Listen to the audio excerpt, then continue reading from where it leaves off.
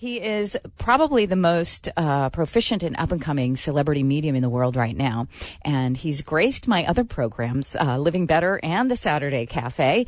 And you love him so much, I couldn't help but bring him back. Everybody has a certain gift of a capacity of how they, understand people. And the way I understand and communicate with people is maybe a little bit, different. It's really 50% somebody being open to the type of experience, and then 50% people and the energies on the other side coming through. So I just make that connection.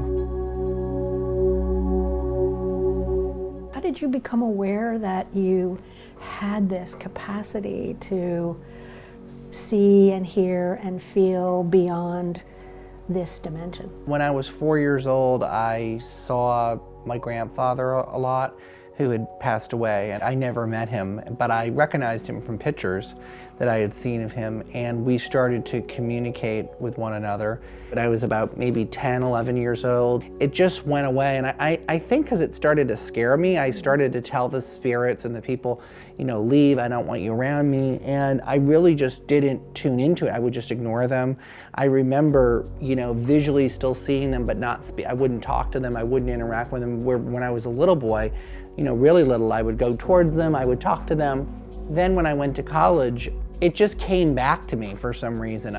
Some people have this ability, and maybe it's happened from a certain circumstance, or they get an illness and it heightens their awareness, or somebody dies, or they have a car accident.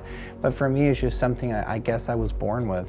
Do you see? Do you hear? Do you feel? I do feel things. I'll feel things in my physical body or feel emotions. I do see images of things that may have happened or things that are going to happen, pretty detailed. A lot of times it's thoughts that pop into my head that I know aren't really necessarily mine, and I can tell that they sort of connect with somebody else. It's not something I really have a control over how I get the information. It really just kind of flows through. And a lot of times after I've done, a reading or sat with somebody, I don't really even remember what I've told them, because it's not really my information. Was there ever anything else you wanted to do?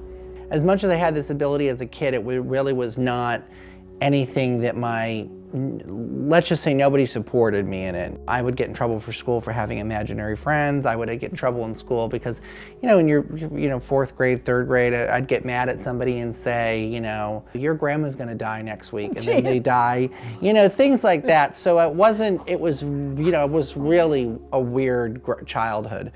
My mom said, you should go to New York City. That's probably a place where people like you, maybe, there's probably some people there that might understand you. It's a big city, you should go there. So I decided to just come, and I really started to do readings for people, meditate. I got involved in several meditation groups, started going to the Meta Center, the Open Center, just learning, what this was all about. And then really started to do, share what I was, what I felt I was developing with friends. This is definitely the place where I really stepped into my gift in a real way.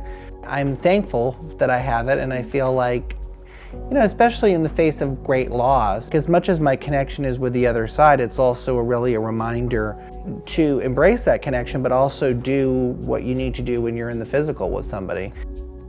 So you're comfortable with your gift now? Doesn't scare you anymore? Doesn't scare me, no. Not dead people. Living people a little scary, but not dead.